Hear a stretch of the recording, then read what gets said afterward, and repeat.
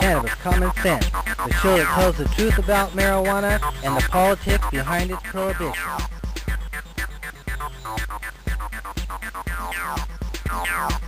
Hello and welcome to another exciting edition of Cannabis Common Sense. We have a great show for you tonight as we're building up to the election for Measure 80 here in Oregon. We have some film clips from a city club debate I did last week with the Clatsop County Prosecutor Josh Markey. We have Amanda Rain as a guest and my joint host, Mr. Casper Leach. Standing by in the wings, John Cornett is going to play tonight with Stash and Troy. And we'll be back in just a moment after we bring on our infamous dancing cannabis leaves. I feel the force.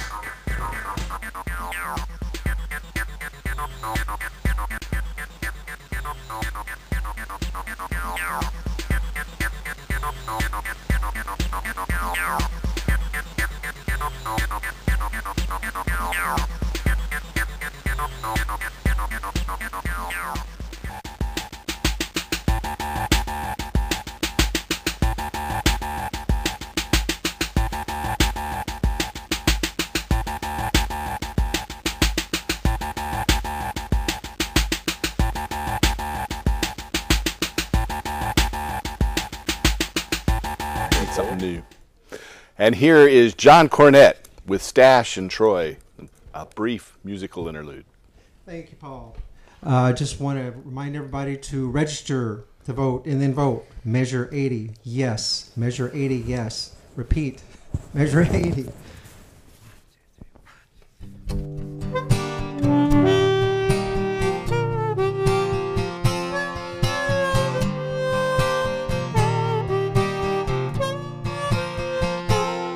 For 10,000 years, she's healed our lives.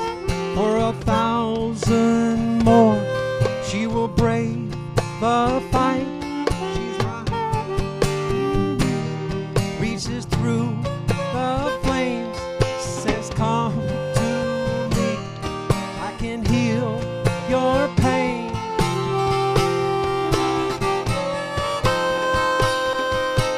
Mary Jane, she's my Mary Jane, she's my Mary Jane, she's my Mary Jane.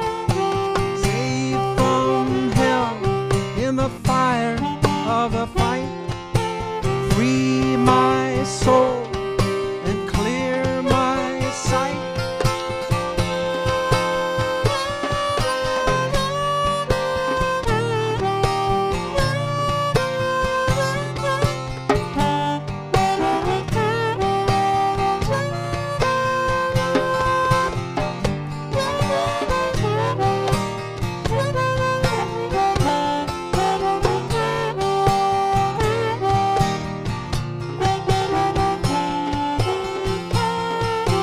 Comes to me, gives me sight.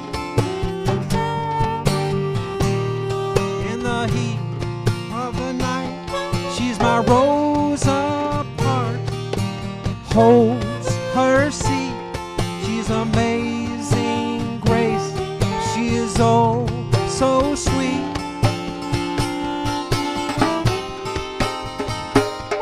She's my Mary Jane, she's my Mary Jane, she's my Mary Jane, she's my Mary Jane, she's my Mary Jane.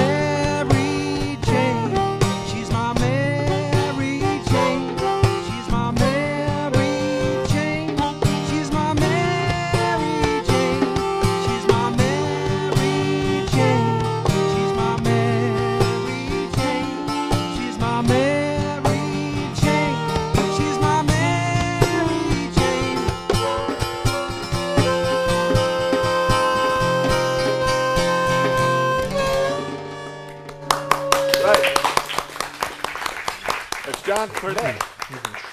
Troy and Stash. Got to be careful not to put the T in the wrong place there. I could mess that up badly. Yeah.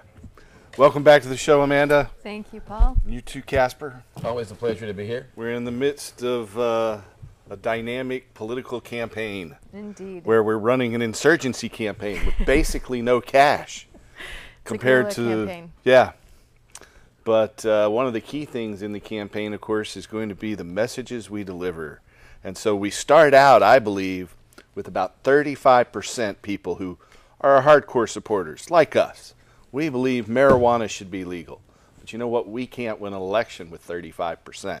Nope. We need that extra 15% plus one to be able to win the election. And therefore, there are a number of key messages that we have to deliver to convince our neutral middle, because there's 35, 40% that's dead set against us, and we aren't going to convince them overnight. But I know we've been talking about those messages, yes, and delivering them in some debates, yes, and everywhere we can. Now, you had a debate this afternoon, didn't you? I had a debate today over lunch at the Salem City Club, or the City Club of Salem. Last week I had a debate with Josh Markey, who's the Clatsop County prosecutor at the City Club of Portland. There's more debates to come. Well, it seems like one of the things that have the voters concerned, those who are sitting on the fence, is that there's not going to be any penalties in place for people who are trying to sell this fantastic plant onto a black market here in the community, like to children, or someplace where there's not a point of sale been designated by the state. Yeah, there was a big newspaper spread on editorial from the Oregonian, Oregon's largest newspaper, and they've always been in favor of the drug war and against marijuana law reform, but it contrasted very sharply when you look at the Seattle Times, which is also a Republican-oriented newspaper.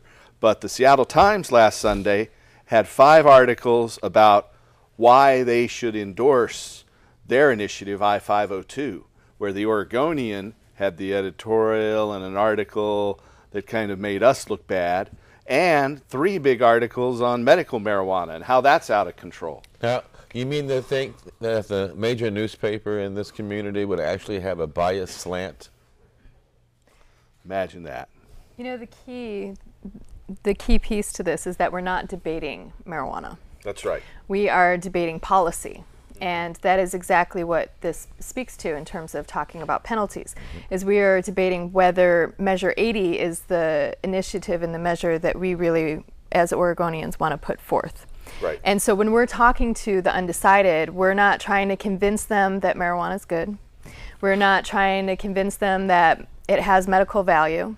That has no weight within the debate that we're really needing to focus on. What we're focusing on is the policy aspect, and so these penalties. One of the things about I-502 is that it has clearly outlined penalties, and it's somewhat restrictive. It doesn't allow home grow, and that's where Measure 80 differs from that. That's right. Measure 80 does allow home cultivation.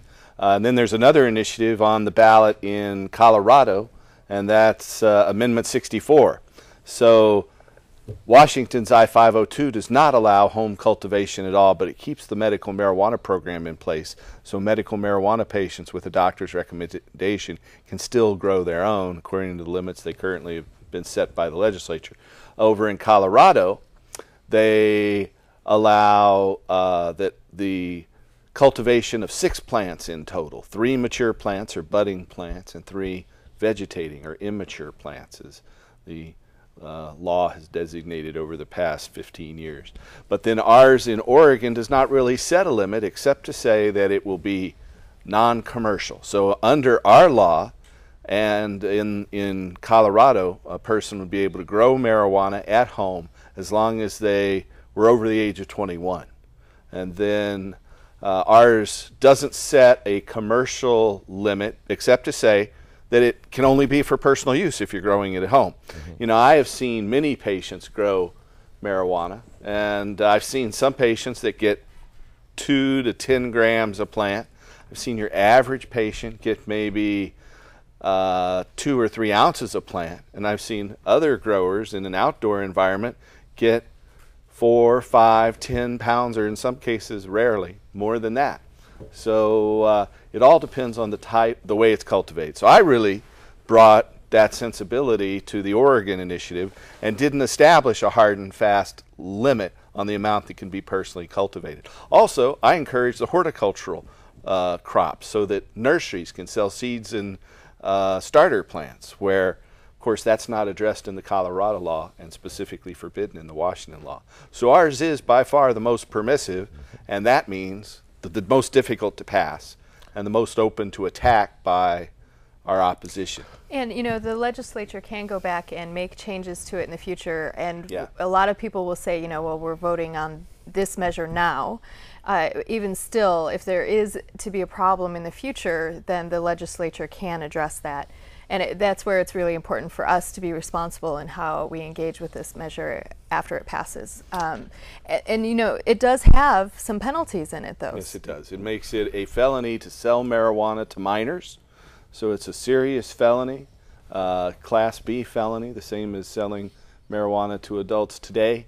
And it's a misdemeanor with up to a year in jail to gratuitously, without paying money, provide it to a minor. So there's very serious penalties for people who give marijuana to minors under our law.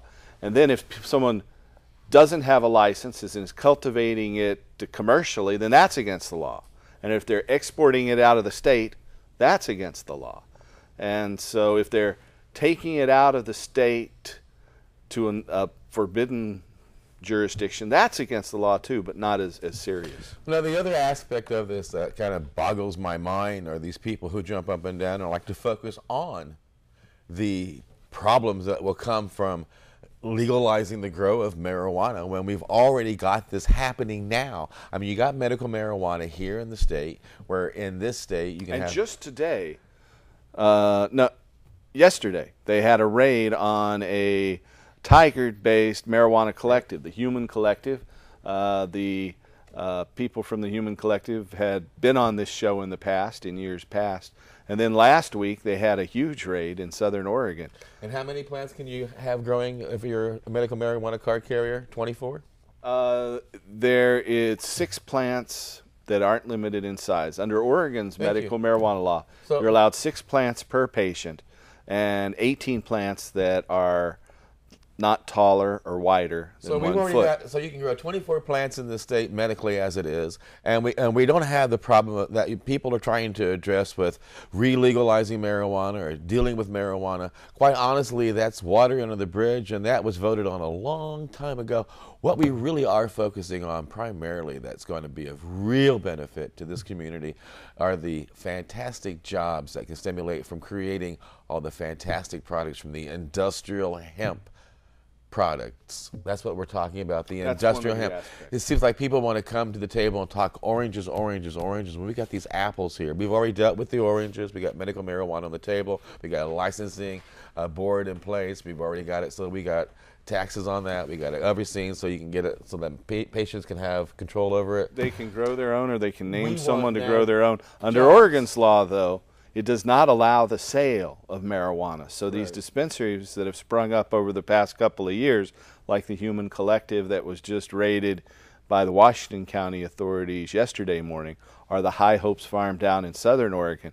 They can say if you're, in fact, what the one law enforcement officer did say in a quote in the Oregonian was, once you sell it, you give up your medical marijuana rights. And so that's the way many law enforcement officers interpret that, especially outside of Multnomah County. Now, people are also concerned that the Mexican cartel is going to be coming up here and growing all kinds of plants and taking roughshot over the trade out During here. alcohol prohibition, we had to worry about moonshiners in the hills with their stills, protecting themselves or shooting someone. Nowadays, we have to worry about that with marijuana grows. I believe when we legalize marijuana and the price of it comes dramatically down because it's very inexpensive to grow, then the black market will be removed. We don't see people selling beer and alcohol on the black market. We don't see people, taking their own grown tobacco and selling it on the market. So, a key thing to remember, back to your point, Casper, about it already exists as a market. It's true that it's the number one cash crop in Oregon.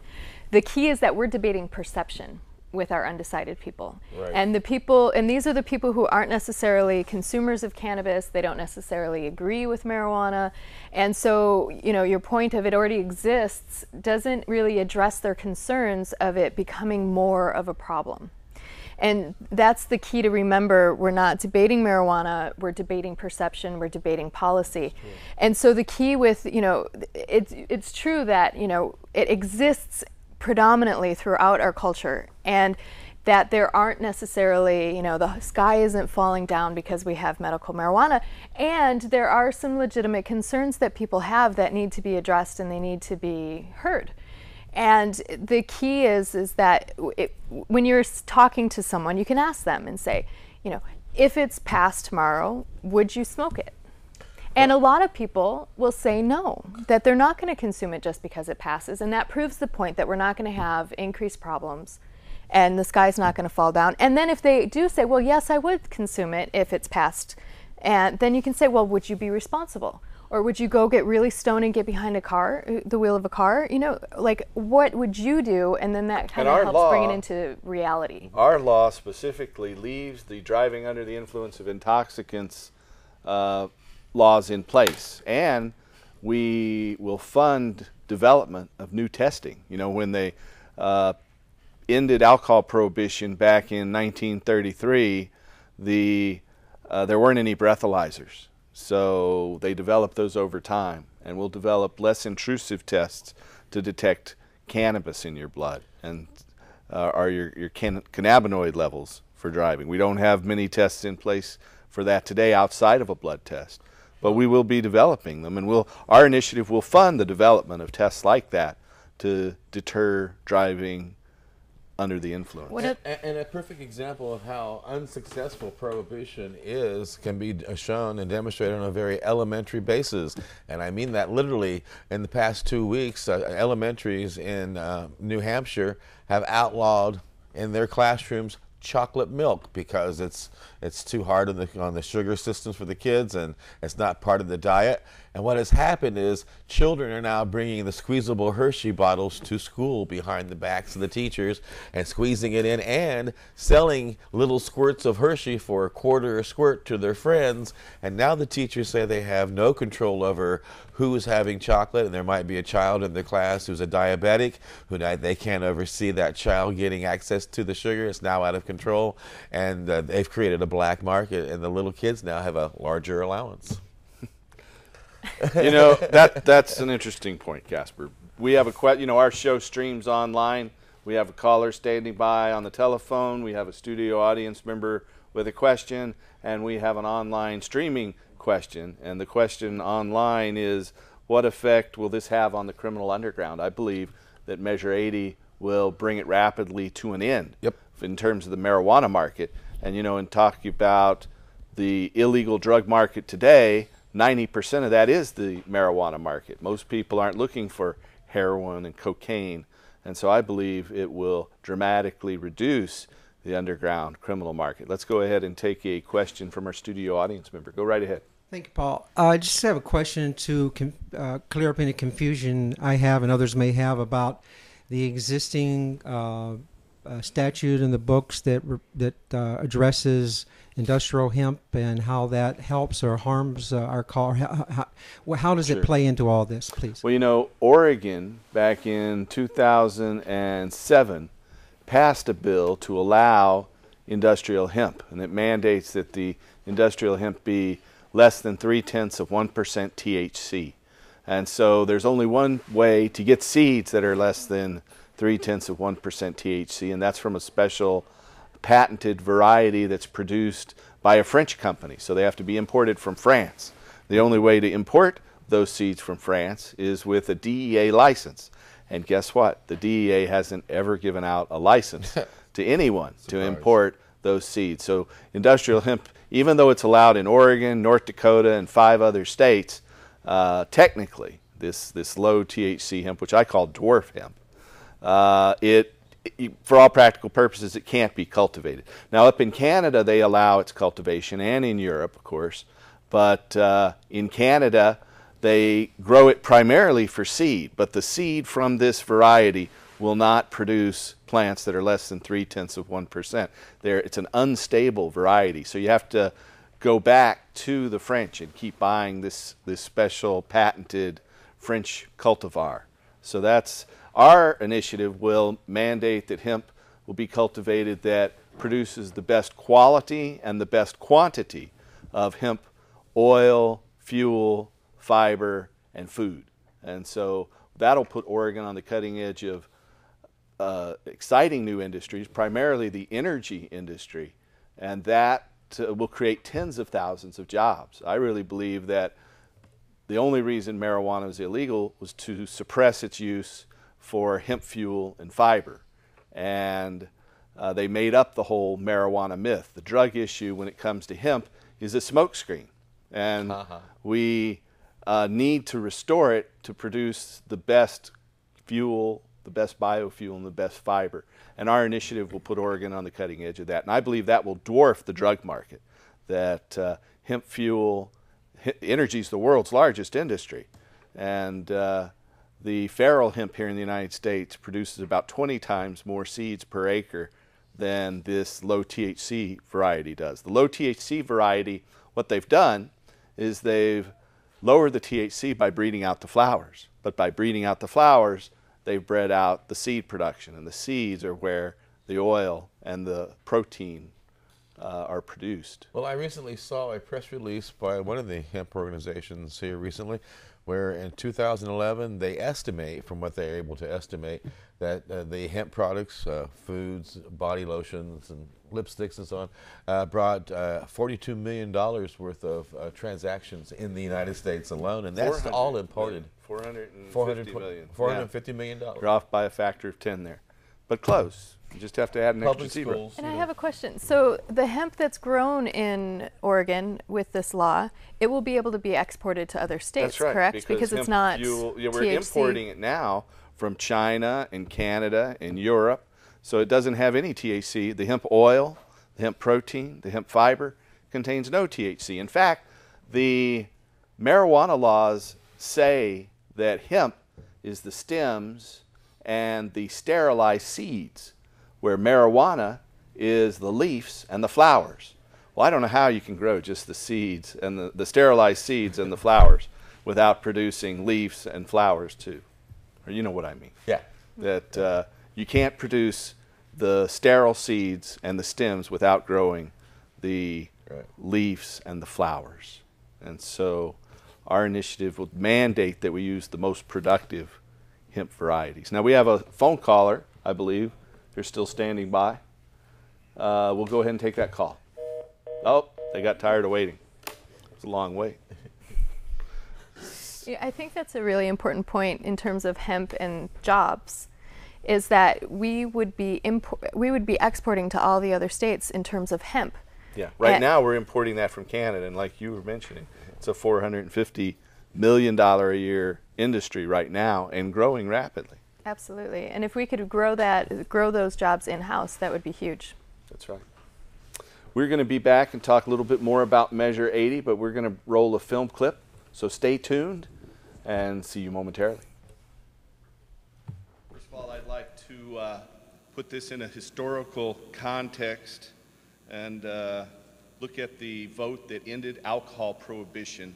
In 1932, Oregon voted on ballot measure 7, which passed with 57%, and they understood that regardless of whether they consumed alcohol or not, or supported the alcohol industry, that prohibition wasn't really getting anywhere, and it was the worst way to deal with this problem.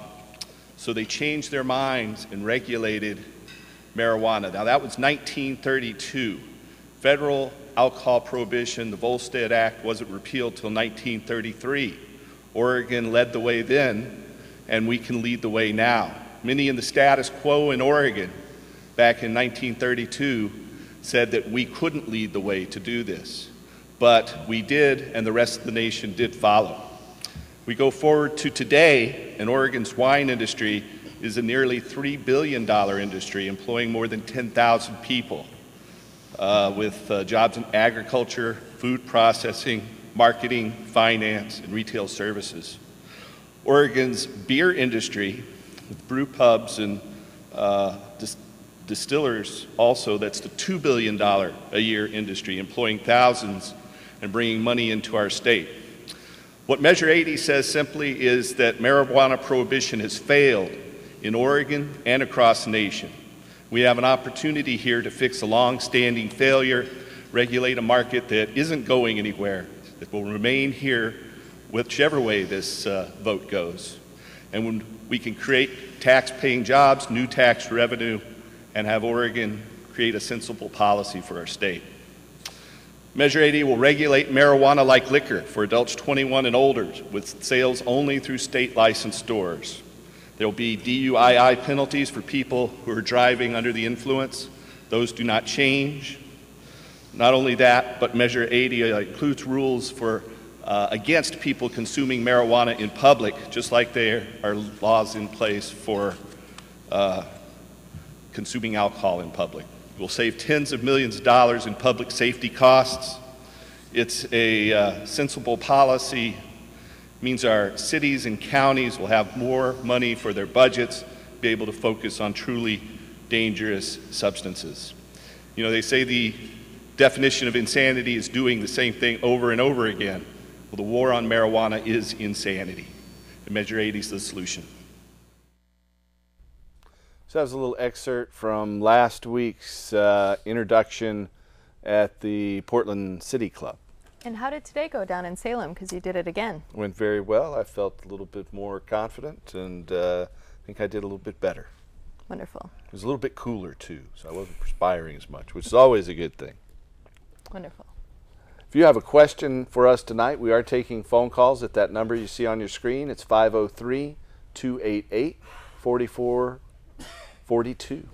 That's 503-288-4442. If you're watching Friday night, September 28th, then you can give us a call.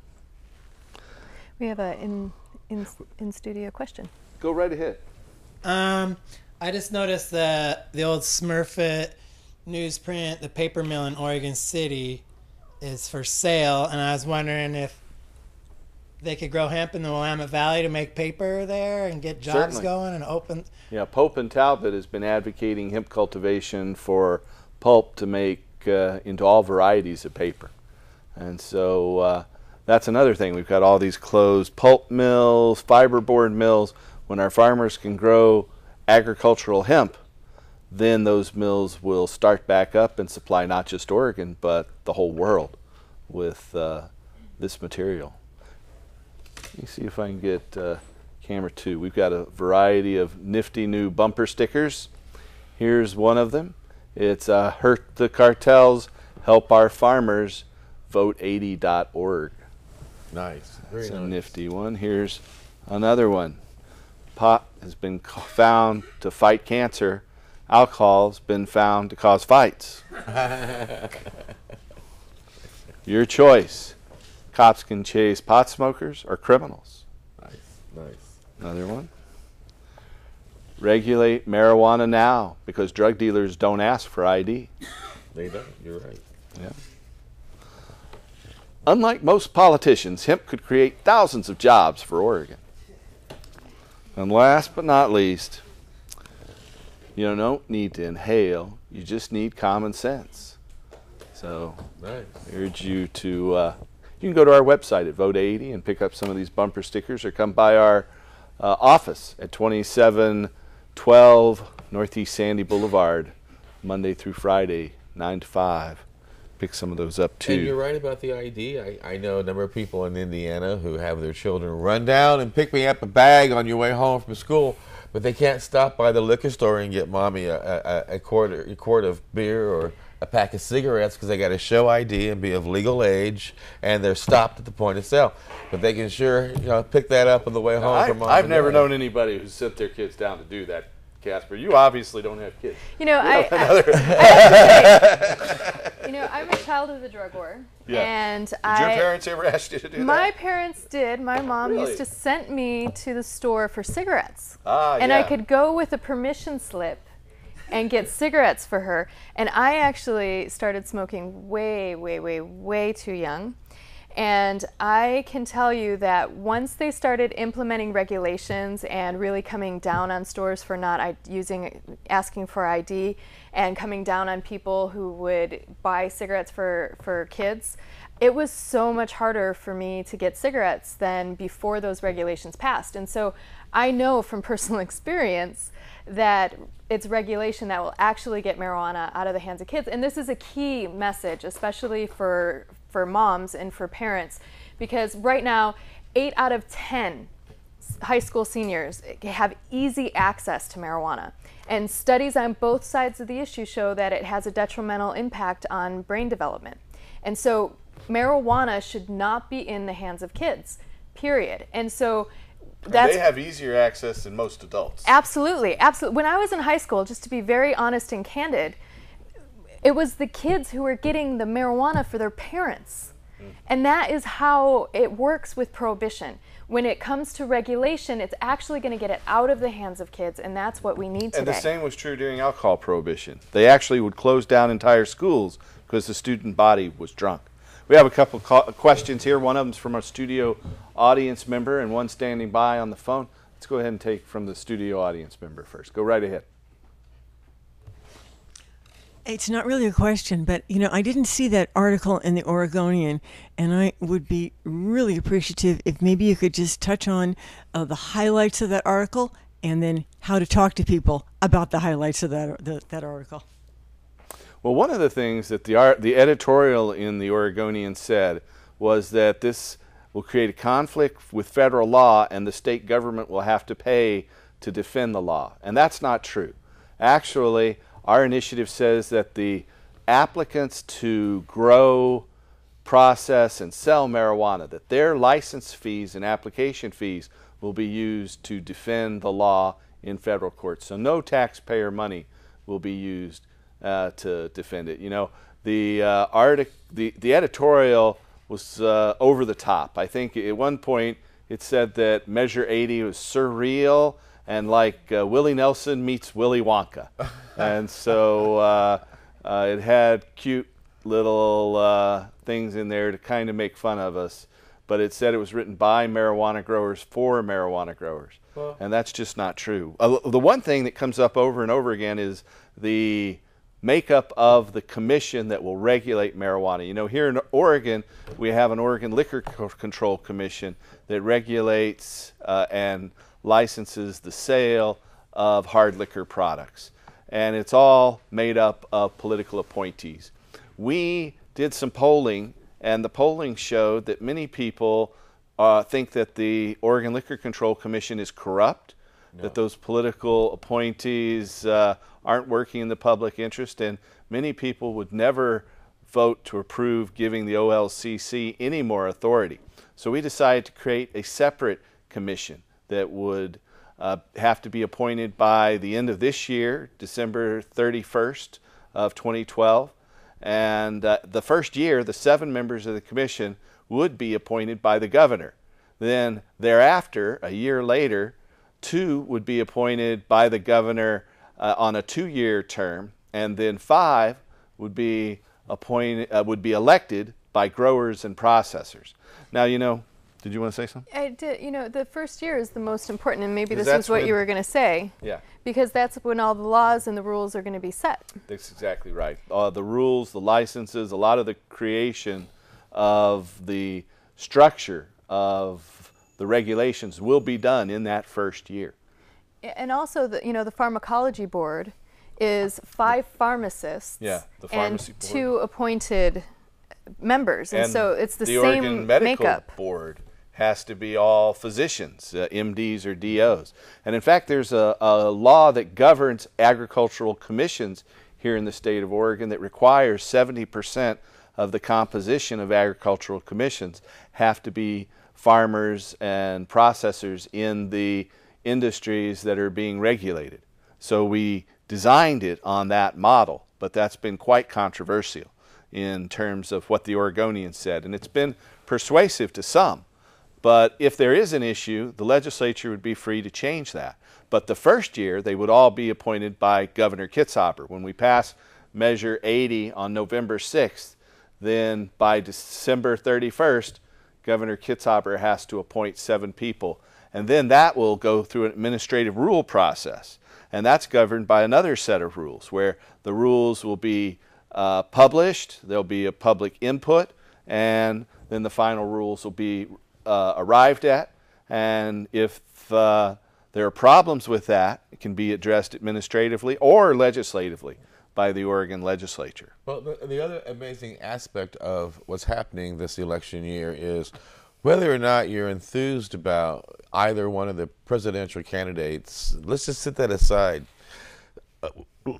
You don't have to vote for anything you don't want to. Measure 80. Now, here's the deal. You can vote just for, I urge you, of course, to vote yes on Measure 80. When Nixon turned these laws up on their heads and made the war on drugs a primary force of our society, he took a law and a prohibition that was put in place in 1937 that has been stated by so many experts as a failed policy. President after president has called this a failed policy. Drug czar after drug czar has referred to this as a failed policy. Now here you have the opportunity as a voter to have a most powerful impact on all of society. With your vote, you can actually end these horrible policies right here, right now, draw the line in the sand, and begin to turn back the hands of time, heal the nation, heal the planet, heal our economy. We have a telephone caller that's standing by. Welcome to our show, caller. Good evening. Howdy. A quick comment. Please. Quick comment. Mm-hmm. Cannabis is cannabis, and marijuana is Jimson weed, but they're not the same plant. No. Jimson weed is a separate plant that grows in the southeast. It's not native to this area. Marijuana is Cannabis sativa. I'm not sure what the botanical name of Jimson weed is, but it's a completely different plant. And Jimson weed has datura, which is strychnine. It's a powerful poison that. Called loco weed. Yeah. I've been out of town. I've been out of the state for the last 6 years in California, taking care of my family with medical conditions. And I was in a county that had dispensaries, and the county shut them all down, which made them deliveries. Mm-hmm. And they were saying that they were nonprofit. Somebody's making a hell of a lot of money. So I just read the article in the Oregonian about Proposition 80, and it's about more people making more money. As an old schooler from the 60s and 70s, that's pretty insulting to us. It's not about money, it's about medicine. I can tell you that under Measure 80, we will not tax the sale of marijuana, and it will formally regulate it, where it's all regulated by the state. And so the sale to adults, there will be profits made. The state will collect those profits, and 90% of those profits will go into the state general fund. 7% will go to fund drug treatment programs for alcoholics and addicts that need help. And 1% will go to a comprehensive, realistic, science-based program for teaching kids about the dangers that substance abuse pose to their development. And then the last 2% are directed to promote hemp fuel, hemp fiber, and hemp medicine. So that's May I say something?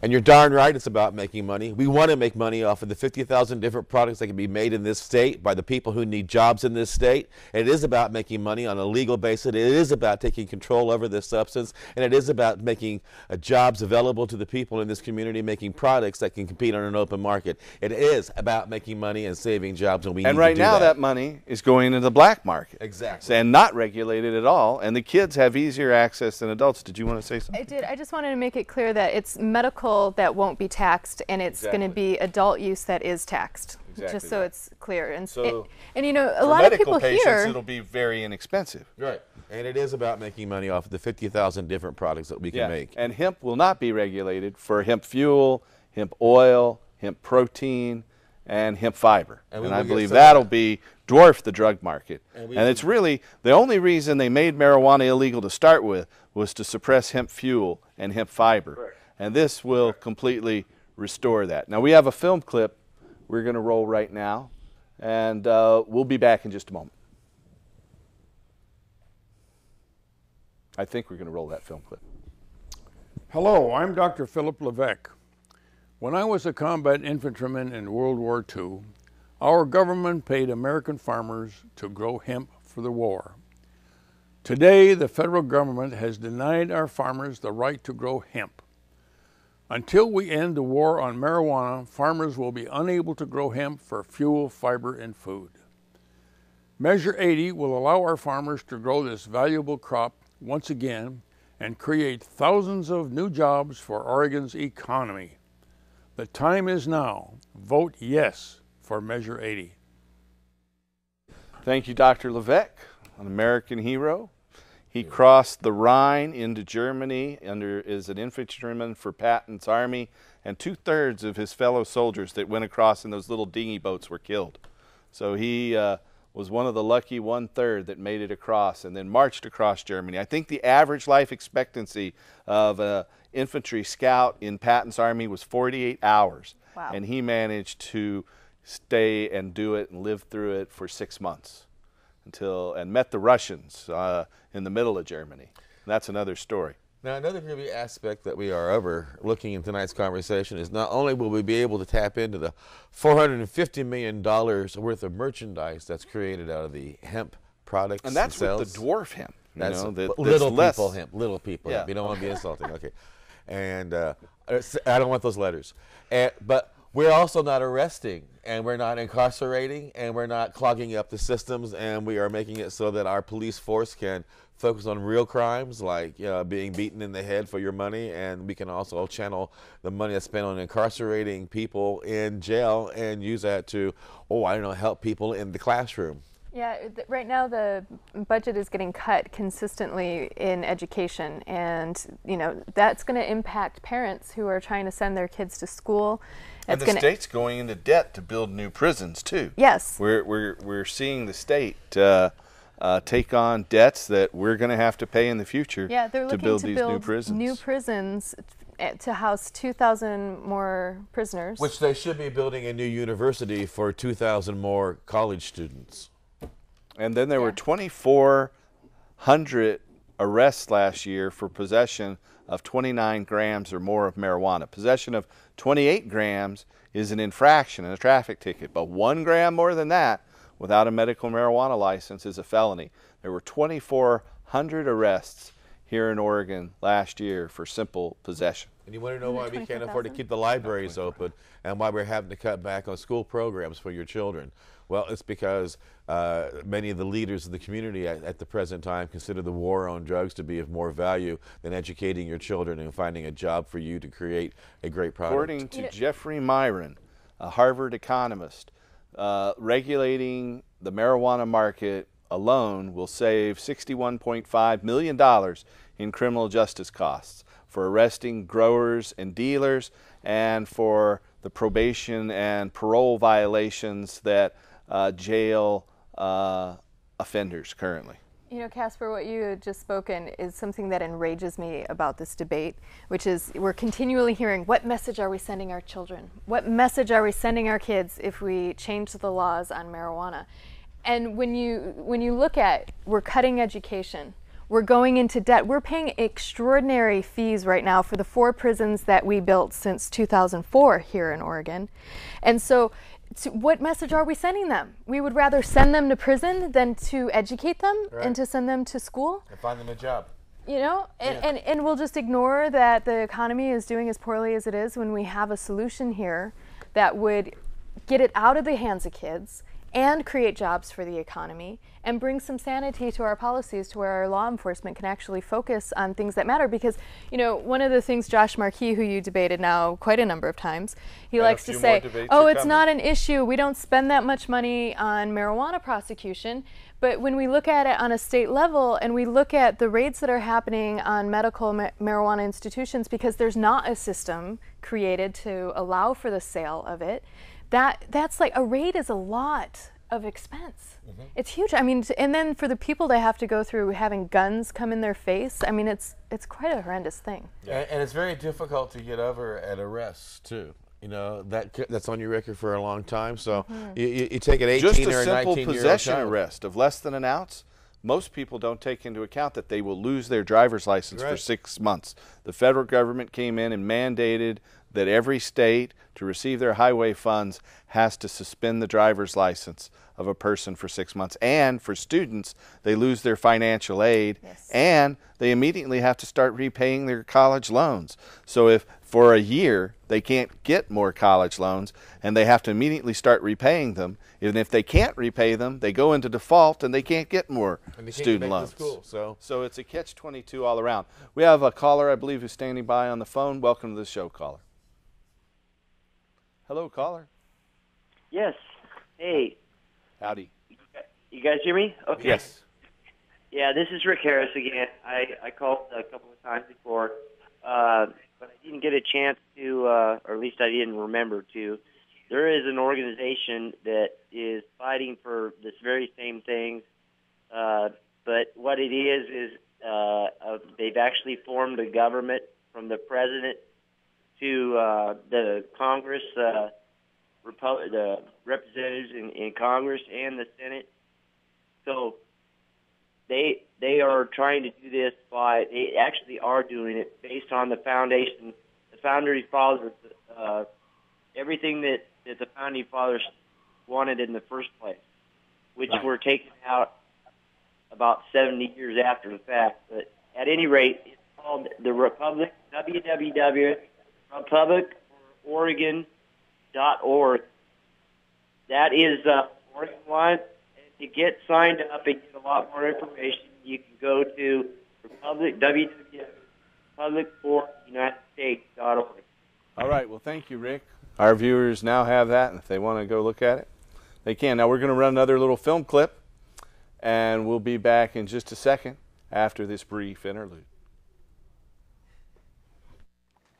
Hi, I'm Willie Nelson, and I urge you to support the Oregon Cannabis Tax Act to regulate marijuana and restore industrial hemp. This initiative will end adult marijuana prohibition and let our criminal justice officers focus limited resources on real criminals and not on marijuana users like me. OCTA will also allow farmers to grow hemp for fuel, fiber, and food, to create jobs and help our economy. Please support OCTA. Thank you. Thank you, Willie Nelson. He's been a big supporter of ours, one of our largest contributors as well. Yes. I don't know. He's only about 5'1". He's not that big. Okay. So we have a big benefit that's going to happen tomorrow out in North Lombard Street. It's at Plu's Brews. If you'd like to come out and support us, it's going to be from, I think, noon. Until 2 a.m. So anytime between noon and 2 a.m., there'll be music, food, and you can come down to Plu's Brews, and that is on North Lombard Street. And that's P-L-E-W-S, Plu's. And there's actually no cover. That's right. There's no cover, so you can go, and when you drink, all of the proceeds, all of the profits are going to go towards Measure 80 tomorrow. And so there's no cover. You can go and drink and have food and be merry and listen to great music. And there's going to be a silent auction, so there'll be lots to do down at Plu's Brews tomorrow. And Joe Keating's cool bus that runs on biodiesel fuel. Hopefully next year it'll be on hemp seed biodiesel fuel produced here in Oregon. It'll be right there in front with these Measure 80 signs, so it'll be easy to find. Yes, you know, a couple other events that we have coming up. We have a women's rally in Salem that we're going to be doing Monday, October 15th. The Women for Measure 80 are going to be putting that on. And we're going to do a Prohibition era theme.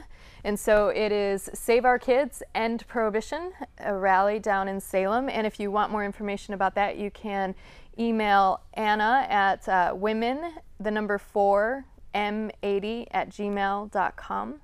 Again, it's women4m80@gmail.com. You ladies rock. You guys are so busy and very active in this.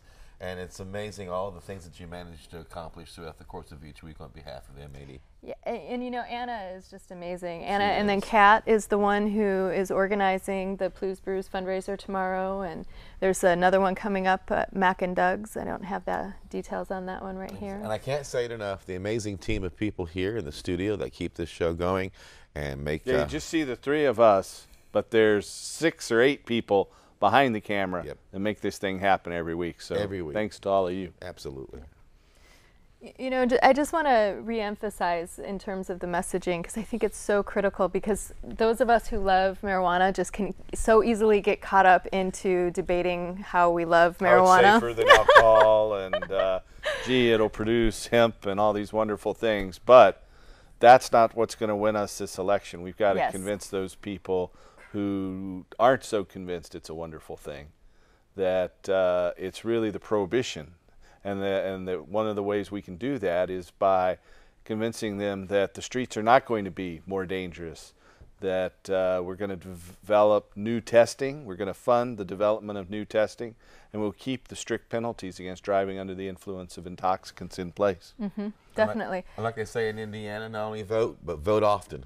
Yes, and tell your friends. You know, and the key with this, especially, you know, one of the reasons that the focus is on messaging is without big advertising dollars. Right. It's up to each and every one of us to share this message and be on point with our messaging as we're talking to everyone, whether it be someone in line at the grocery store, in a post office, at the bank, wherever we are. We who support Measure 80 need to be talking to people about what the concerns are, and a lot of people people don't even know this thing's up for a vote, even today. And that's really a challenge with measures, because people's default response to a ballot measure is no. Yeah. And so if we don't give them a reason why they need to vote yes, they're not going to vote yes. And so it's critical for us to get this messaging out there. That's right. And so it's up to every single one of us. We need to let them know that the streets are not going to be more dangerous because marijuana is legal. That they're going to be safer. They're going to be safer because it'll be regulated, and people will be able to buy it legally in stores, and the police will be able to concentrate that over $60 million a year they spend now on the criminal justice system to prosecute people who possess, use, and grow marijuana will now be able to be spent on protecting the roads. And we have stiff penalties for people providing it for children and for its illegal export. You know, and that reminds me of a really important point. When people are concerned about an increased use and, you know, plants growing in people's backyards and kids being able to go into those backyards, the reality is many people can have their own microbrew at home.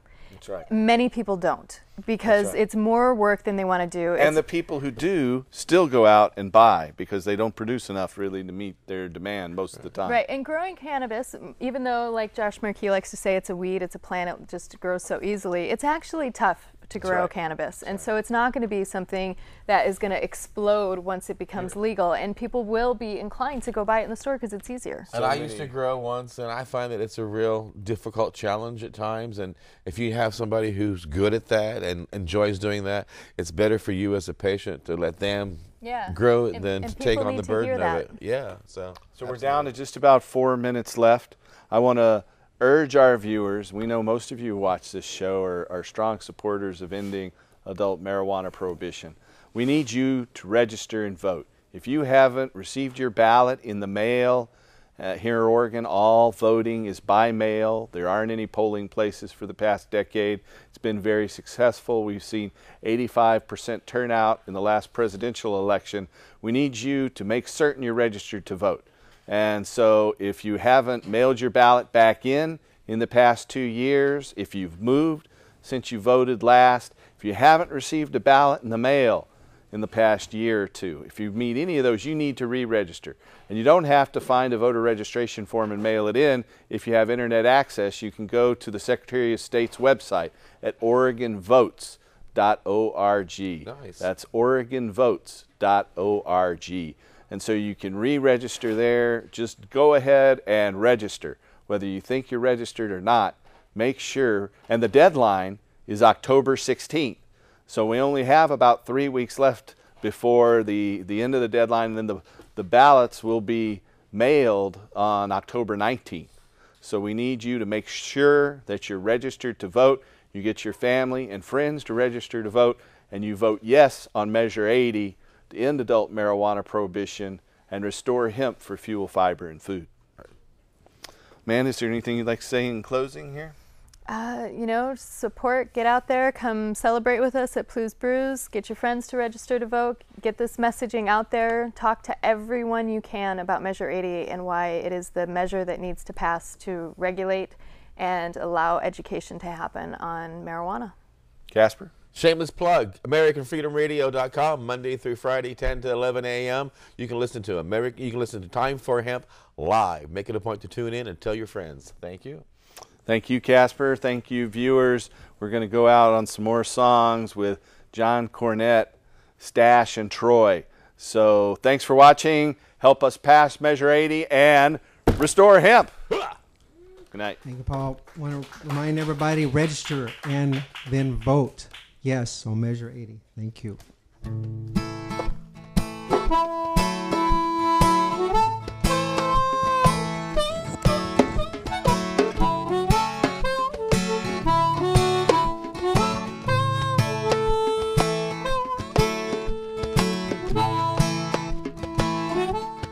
We like Trainwreck, Northern Lights. We like Shrek 2, Sour Diesel. Life is good. Life is good. Life is good for you and me. So good. So good.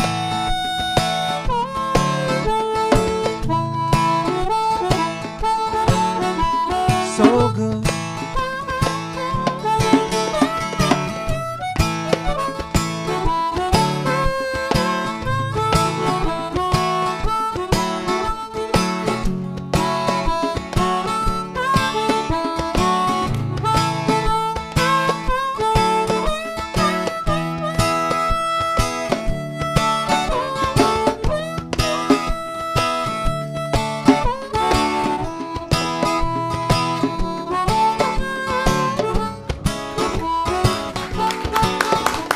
So good.